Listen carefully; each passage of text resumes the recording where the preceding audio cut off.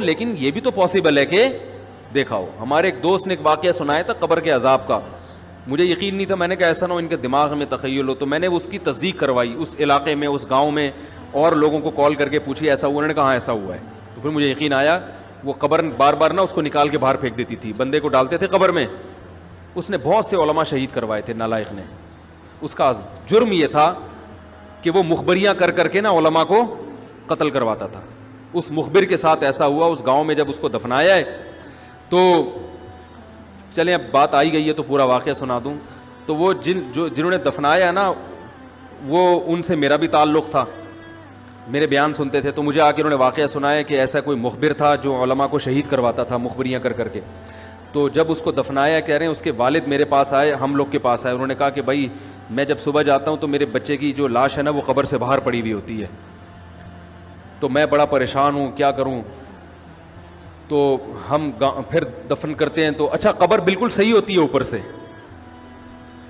اور وہ بندہ باہر ہوتا ہے, وہ دوبارہ بند ہو جاتی ہے قبر. تو ہم بڑے پریشان ہیں, کیا کریں, یہ کوئی شخص شرارت کر رہا ہے. تو کہہ رہے ہیں, ہم نے کہا بھائی ہم تو نہیں کر رہے شرارت.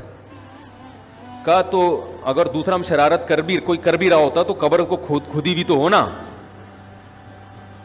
تو انہوں نے کہا, پھر یہ مشورہ انہوں نے ان کو دیا کہ تم ایسا کرو, لڑکا جو قتل ہوا, جو مرا تھا نا, جو قبر میں تھا, جس کی لاش باہر, نوجوان تھا, وہ بڑا مخبر آدمی تھا, وہاں کے گاؤں کے لوگوں نے بتایا.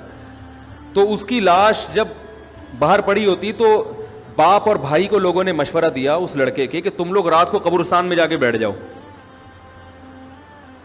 پہرا دو کہ کون آتا ہے نکال کے جاتا ہے اور قبر کو پیک کر کے چلا جاتا ہے. تو وہ صاحب مجھے بتا رہے تھے کہ اگلے دن وہ چیختے ہوئے آئے ہیں, چیختے ہوئے, باپ اور بھائی جو ہے نا.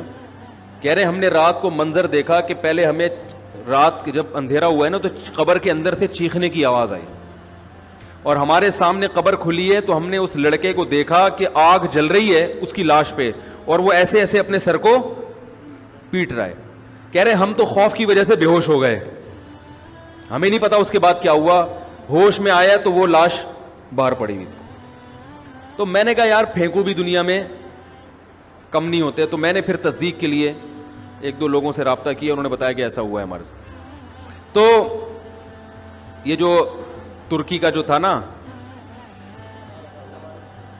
اتا ترک, وہ مصطفیٰ کمال کو میں اکثر بیچارے کو کمال اتا ترک جو ہے نا, تو وہ غلطی سے کئی دفعہ میں نے کمال اتا ترک کے چکر میں مصطفیٰ کمال کا واقعہ بیان کر دیا. وہ مصطفیٰ کمال کا نہیں ہے, وہ کمال اتا ترک ہے. تو بھائی مصطفیٰ کمال اگر سن رہے ہو تو پیشگی معذرت. تو